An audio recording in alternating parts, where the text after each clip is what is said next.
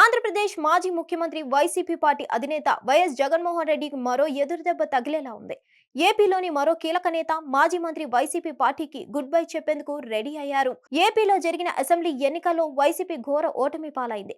ఆ పార్టీ కేవలం 11 సీట్లకు పరిమితమైంది.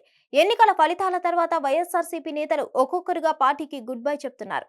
మాజీ మంత్రులు, మాజీ ఎమ్మెల్యేలు, సీనియర్ నేతలు పార్టీకి రాజీనామా చేశారు. అలాగే 3 రాజ్యసభ సభ్యులు, 4 ఎమ్మెల్సీలు పార్టీకి పదవులకు రాజీనామా చేశారు.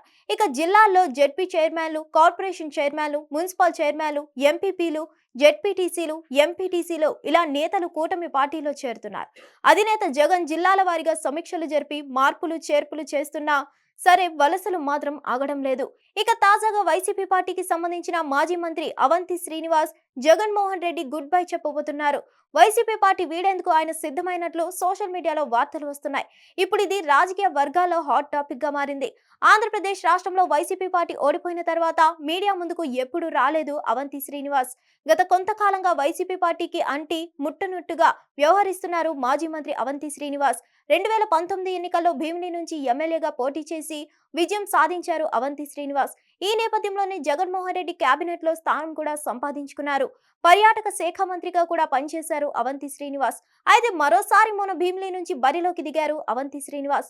కానీ గంటా శ్రీనివాసరావు చేతిలో దారుణంగా ఓడిపోయారు అవంతి శ్రీనివాస్. దాదాపు 14% ఓట్లు తక్కువ రావడంతో ఓడిపోవడం జరిగింది. గతంలో ఎంపీగా కూడా పనిచేసిన అనుభవం ఉన్న అవంతి శ్రీనివాస్ వైసీపీ ఓడిపోయిన తర్వాత ఈ మధ్య కాలంలో రాజకీయాల్లో యాక్టివ్ గా కనిపించడం లేదు. అడపాదడపా కూడా నోరు విప్పట్లేదు.